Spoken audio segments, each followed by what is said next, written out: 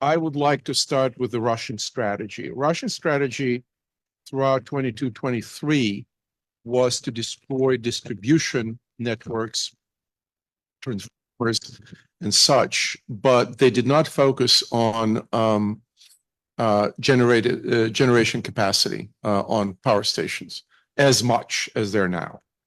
Now the generation capacity, or 50+% less generation capacity. The success of Russian attacks is caused by insufficient Ukrainian anti-air capacity.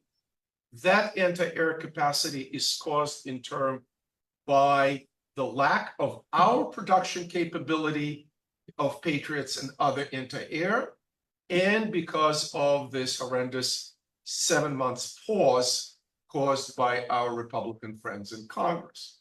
Now, hopefully, this is changing, although in today's news, the Pentagon said they're not supplying additional Patriots yet to Ukraine. I hope this is going to change soon.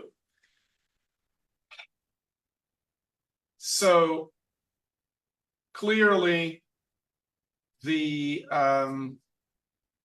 Patriot Hawk Stinger systems need to be supplied.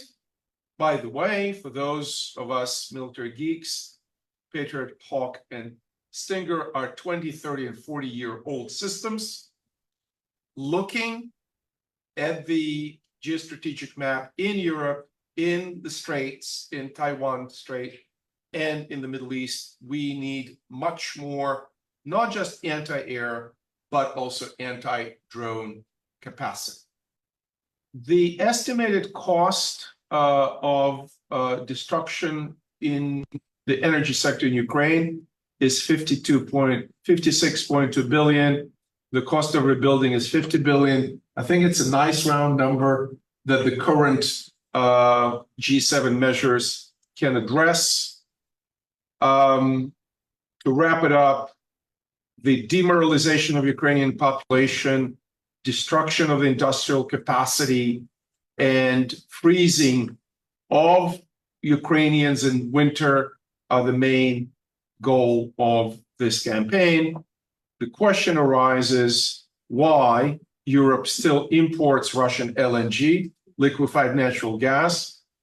This is 20% of the total LNG consumption. The question arises, as Europe is in a critical energy deficit, why the Biden administration, and I agree with everything John Herbst just said about kudos to the G7 decision, why the Biden administration froze the future approvals for LNG infrastructure. I'll take the first part.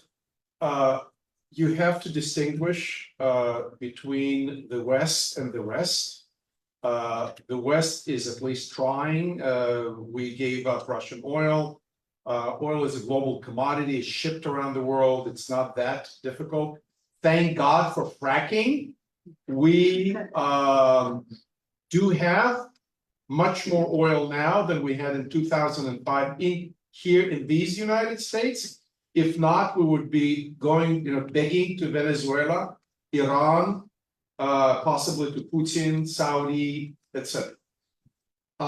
In terms of what we do still buy, LNG in Europe and uranium both in Europe and in the West, as I mentioned before, we need to build a new supply chain. This is not rocket science. Nuclear industry is 70+ years old, civilian nuclear. So we had our own mining here in the United States, Canada, Mexico, you name it. We can also do it elsewhere in what is called friend-shoring countries. In terms of the rest of the world, notice that Comrade Xi Jinping is not rushing to buy more Russian gas.